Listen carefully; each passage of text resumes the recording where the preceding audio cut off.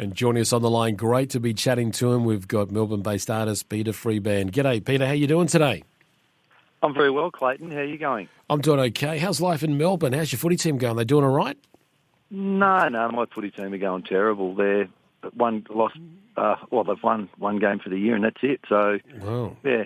Okay, it's not much fun. Not much fun in Melbourne for me at the minute with the footy, but that's all right. You have those sort of years. Yeah. You can't be on top forever. That's very, very true. Well, okay. Well, that takes care of the first 9 minutes of our conversation. We might as well go on to talk about music then. Yeah, music sounds like a really good thing to talk about, for sure. Now, Peter, we're playing one of your tracks already here at Flow. It's from your new album that is out at the moment, Silhouettes and Cigarettes. And we're playing a track called I Got Lucky, I Got You, which we love. But you've got a new song, Crazy Love. And I'm loving this song mainly because I get this real West Coast kind of, California, just feeling real good vibe with it. Oh, thank you. Yeah, I really appreciate all the support too. Thanks, Clayton. So, yeah, even on I Got Lucky, I Got You, and now the new one, Crazy Love. It's an interesting song. It's there's a little bit of a backstory to the songwriting of it, which is kind of funny, I suppose. I'm happy to share it. So I do a bit of home brewing beer and make some craft beer at home, just for the fun, novice sort of thing. But when you brew, there's a bit of downtime in brewing. You can sit around waiting for things to boil for an hour. And as a muso, a lot of the time I'll just sit there and play guitar. But Crazy Love sort of came out in one of those beer sessions, it's got nothing to do with beer. It's obviously about a soured relationship. But, it just come out and got most of it out through all those times sitting around, that time that you have sitting around in between brewing processes and things. And it's amazing because you play the guitar and any chance you get, you're on it, and that's what happens. So it's quite bizarre, really. How you never know when a song's going to come out, so you've just got to be ready to grab it. I mean, I've had people tell me different stories of when the inspiration comes to them, and I mean, up there with one of the weirdest was at a church service at a funeral, and they were getting the song while they were in, and they just were trying to mumble into their phone the melody. But this one with beer, that's kind of there. That's up in there, in the top 5.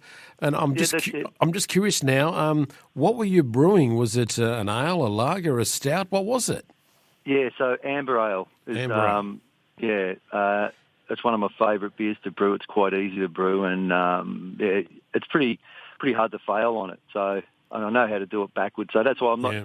That's why I can sit down in between and just muck around on the guitar and create and stuff, because the things are doing it. It's brewing doing its own bit, and I know what's going to happen. So I'm not stressed out about anything, and I can go off into my own tangent and songwrite at the same time. Do you think if you were to brew, say, like a stout, that you could end up with a different kind of song? Yeah, it could be an angry one. Yeah, I name my beers too, and my wife's name's Lee, and I've actually named one after her called Lee's Angry Ale.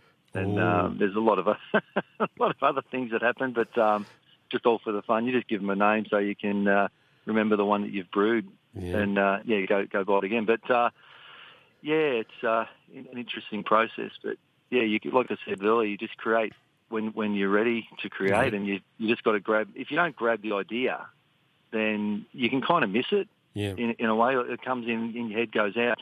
So even if you get a lot of it down and kind of recorded, then at least you can go back to it. Yeah. I didn't sit there and finished all of Crazy Love in that beer session, but you certainly got all the bones for it, and then I just had to craft it afterwards, pretty much. But amber ale seemed to be pretty successful for songwriting. Does it help when it's actually finally brewed? Have you sort of opened a couple and then tried songwriting with it? That doesn't work, because I've worked out. I don't know how these people do it. You hear about through the years that, especially 70s and 60s, everyone was, off on whatever they were on, and maybe too much alcohol or drugs or whatever it was. I'm one of these people. I've got to be, when it gets to the lyrical side of songs, I've got to be of sound mind and body. So understand. Otherwise I don't get a flow, pretty much. I've written lyrics when I've had a couple of beers before and think not blind drunk or anything like that, but not that I get that way. But I just find it just hampers with your flow of lyrics. But yeah, it's okay for creating on the guitar and things and just jamming and stuff. That's great fun, having a couple of beers and doing that. But certainly need to be on top of it for lyric writing. Well, speaking of the lyrics with Crazy Love, even it's a song about a relationship gone wrong, but the way you sort of sing it, the way it sort of sounds, it's almost like you're happy that it's gone wrong. Well, I guess it's one of those situations where, if you put yourself in those sort of relationship gone wrong, bad things, you probably are better off out of them. So in a way, there's always a positive and a negative, isn't there, in a way, with songwriting. And you can certainly steer lyrics, to directions. They duck and weave through the idea of the song. And look, I've always related songwriting, I guess if there's any other songwriters listening, it's kind of like to me, it's like you're writing a novel in 3 minutes. So you basically got to try and write a book, but in 3 minutes. And it's just a craft of trying to, you don't muck around getting to the verses and try and be straight to the point and all that sort of thing. But it's probably the best way to describe them. And then, in this one, the person was happy to get out of it. Yeah. The relationship. Yeah. That sometimes works. The new album, it's called Silhouettes and Cigarettes by Peter Freebairn. Now, Peter, listening to the album, as I have done over this weekend and this past couple of weeks, there's a song on the album that I want to know why it hasn't been put forward as a single yet. And that song, World You Choose. I think it's the best track on the album, quite honestly. Well, thanks, Clayton. I appreciate that, and you're taking the time to listen to the whole album. And look, it's the single thing. It's just about what we're vibing on within in the walls of between the record company thing and myself and people around you and everything. And you just you have a strategy. But look, we're happy with all the songs on the album. So it's just there's other ones that we could be releasing, and I'm sure down the track it's all just going to be that way. But if you're happy to play World You Choose, I'd love you to play World You Choose. I mean, I love the song. That's a song that was written for my daughters that doing some overseas travel, and just basically just wishing them well on their journeys and hope they have a good time and be safe and all that. You worry about them going overseas, and they've come back from all that trip and had great holidays and things. So it's a good vibey song live, that one too. It's quite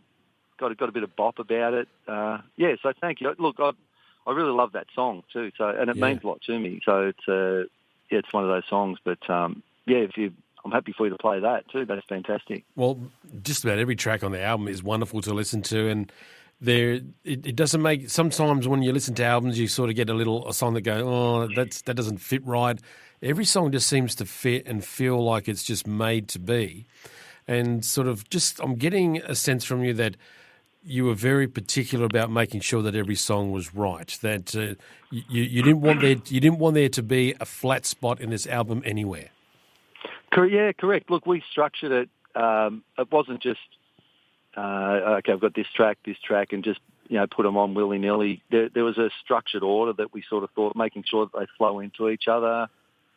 We've purposely put I Got Lucky, I Got You last, so the song sort of finishes with a bit of a sort of pow at the end of it, if you like, or for want of a better word. So, there's a lot of structure gone into it. Look, there's a classic album that I love by Neil Young. I'm really influenced by Neil Young as a kid, and he had a song called Motorcycle Mama on an acoustic album of his. I think it was Comes a Time. And the whole album's beautiful, and it gets to Motorcycle Mama, which is not a bad song, but it just makes no sense to me on the album. It's really odd, but I mean, he obviously had his reasons. But it's just funny; those sort of things are, I think about, over the journey, albums like that, and you think, well, I want my album to sort of flow, and it wasn't just me coming up with the concept of the way the songs, the order of songs. We sort of juggled it around between all of us, had meetings about it. It was a real strategy in thinking, for sure. Was there a danger when you were going through all these strategies of sort of over-strategizing it, overthinking it, and that can sometimes happen where people do overthink what they're doing? Oh, absolutely, yeah. Like I've got a CD player in my car, and I basically from the studio I'll burn out a CD which sounds like old school now, doesn't it, playing CDs and things. But I'm actually happy I have got a CD player in the car, because it's how, in my studio, I come out with a CD, put it in, and drive around with songs that are unfinished, and do a lot of my songwriting while I'm driving around, just because, I think you get a better perspective and in different environments and things. But the idea of doing that is you burn out a list of songs in a specific order, and you basically just, again, like I said, you just drive around listening, and you sort of get a feel for what wants to come next. And sometimes it can be simple things like the tempos of the songs need to flow into each other, as in you don't want to go too quick with one, and make sure not all your ballad songs are all in one order, and all this sort of thing. So there's certainly a chance to overcook it, for sure. Yeah. But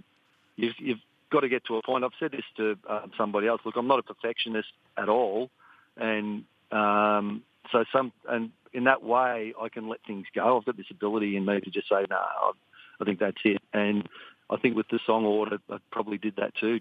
Eventually you say, no, that's it. That's the song order, and it works, and it does work. For all of us now, we're really happy with the song order. As you should be, and it's an album full of very familiar sounds when you listen to it, folks. I can tell you now, it's one of those albums that you'll put on, you'll listen to it, and then when you hear it again, you'll go, I didn't hear that last time. And you find that you're hearing other little bits because it becomes so familiar. You end up, like I've done many a time with old Beatles albums and Stones and Neil Young albums that I've got at home, where you start to hear things that you didn't hear on your first 20 times listening. You'll find that with this album, folks, with Silhouettes and Cigarettes by Peter Freebairn. You'll keep hearing things. And even in Crazy Love, as I listened to it again before our interview, and I was hearing this little guitar, and I was hearing all these little layered guitars, and I'm going, I didn't hear that the first time. No wonder it just feels good. Yeah, thank you. It's a thing about when I record, I over-record, if that makes sense. I'll lay, I'm one guitarist, but I'll put 5 guitar tracks on an album, on a song. And then I'll go back and you're systematically deleting them out. So you're kind of overplaying and then just saying, no, I'm overcooking that. And what the beauty of doing that is Clayton, you can be left with just one little thing on the guitar that works really well, and so you keep that in there, and then the rest of the tracks may be gone. That guitar's not in there for the rest of it, and it just creates all this light and shade and things. And it's I guess it's kind of part of the creative process, and it's the thing of less is more. Yeah. So, but when you record, I do more, but then pull it all back to less. It's making me think now that as I'm really enjoying the album, I do like to hear the live version. So are you going to release a live album of all these tracks? Oh, well, I'd love to release a live album. That would be really cool, because when we did our showcase last week at the Where's Leanne here in Melbourne, and the songs, they're really good live versions of what we're doing. And like I said earlier, being one guitar player and having different guitar parts on the song in the studio version, you can't play everything. Yeah. But what you've got to do is basically create a canvas or a sketch of the song and the best bits that are in there, like the little guitar hook things we're talking about, or the keyboard or whatever. And you just pick the best bits, and because you have the live drum and bass sort of sound, which really fills things out anyway for any live act, it's a little bit more forgiving, and it's just about capturing the essence, and that's what we try to do live. So if we had a live album or a live version, it wouldn't be like the studio. It's, that sounds just like the studio. It's like the studio album. No, it won't. It'll have its own energy, and which I kind of love. I love that in music. I love it if I go and see a band too, Well, I'll keep my fingers crossed for the live album. That might eventually happen. Now, Peter, going back to where we started when I asked you about footy, the reason I wanted to ask you about your favourite footy team and all that is being in Melbourne and being a footy fan. How about giving us a new footy song? I mean, some of us are getting a bit tired of Up There Kazali, which is nothing wrong with that song. But come on, Peter. You love your footy, so come on. Why can't you give us a footy song? But it'd be sort of Tigerland probably, but no, it's got to be more. I wouldn't even change any of the lyrics. Actually, I think that would be it. But it's funny. We're talking about a mate of mine. We were talking about Up There Kazali, and there was 3 of us in this car. We're going surfing, and one guy saying, "What you're? Oh, I'm just overhearing that song," and the other guy I was with said, "Mate, you can't get rid of that on grand final day. It's just like royalty to hear that song on grand final day." So it's interesting. You know, we all want new songs, and it'd be good to have something new. But sometimes it's good to have the old classics that, you know, it's royalty and tradition. That's the word I'm looking for. I love tradition in footy. I get that. I'm not arguing with that, but I think we need something for new generations, something to go forward. Because up there, Kazali's been around since I was a kid, and I'm sort of now thinking I'm looking at my nephews and them playing, and they don't feel the same about that song. They're yet to really get to feel it. So I think now's the time for a modern footy song. Up there, Dusty. No, it's not the same, mate. No, and no, come on. I'm sure you can do better than that than sticking to Richmond. Come on. Well, I can't say Rewald anymore because he's retired. So anyway, but maybe I'll get to work on one and you can air it and we'll see how we go. Would absolutely love to. Would absolutely love to. So, but you never know. You never know. And so I shouldn't force inspiration onto you. Let's just let it happen. Maybe while you're getting your next brew on, it could come to you. Who knows? Yeah, it may do. Maybe when I'm brewing a stout, maybe it'll happen. The album, it is out at the moment. We can get it from Peter's website. We can get it and stream it and enjoy it. And, folks, you really will enjoy this album. I guarantee it. PeterFreebairn.com is the website. And, Peter, are you going to be touring around at all? Are we going to get to see you across the border? Look, we haven't got anything organised to come up or over to you guys across the border. We're just in the process of locking in some local gigs down here, and that's probably over the next few months. And then as things move on from there, I'm sure we'll be looking at going into state for sure. Well, once you know, let us know, and we will certainly let the listeners Absolutely. know. But the song's out at the moment. It is a great track, and there are many on this album that you're going to love, folks. But we've got the new single here ready to go. Peter, it's been great chatting to you. Thank you so much for spending time with us today. And hopefully we'll have a sit down at some stage, have a beer and maybe some homebrew and talk footy. I'm sure we'll be able to talk that for a long time as well. But we need to talk about music now. We've got your new song here ready to go. Thank you so much for spending time with us today. And if you could please introduce it for us. Sure, Clayton. So I'm Peter Freebairn, and you're on the Flow Network, and this is my new single, Crazy Love. This crazy love is over now. This crazy love is over now. Everybody's got a sunrise, got a summer day to dream about. For sure. But I got no colors on me, don't mean that much to you. I guess there's nothing here for me, baby. Forget the words, no need to leave, just wait and see. You can't lean on me. I'm standing at the crossroad of the life we had, alone and free. Can't believe this great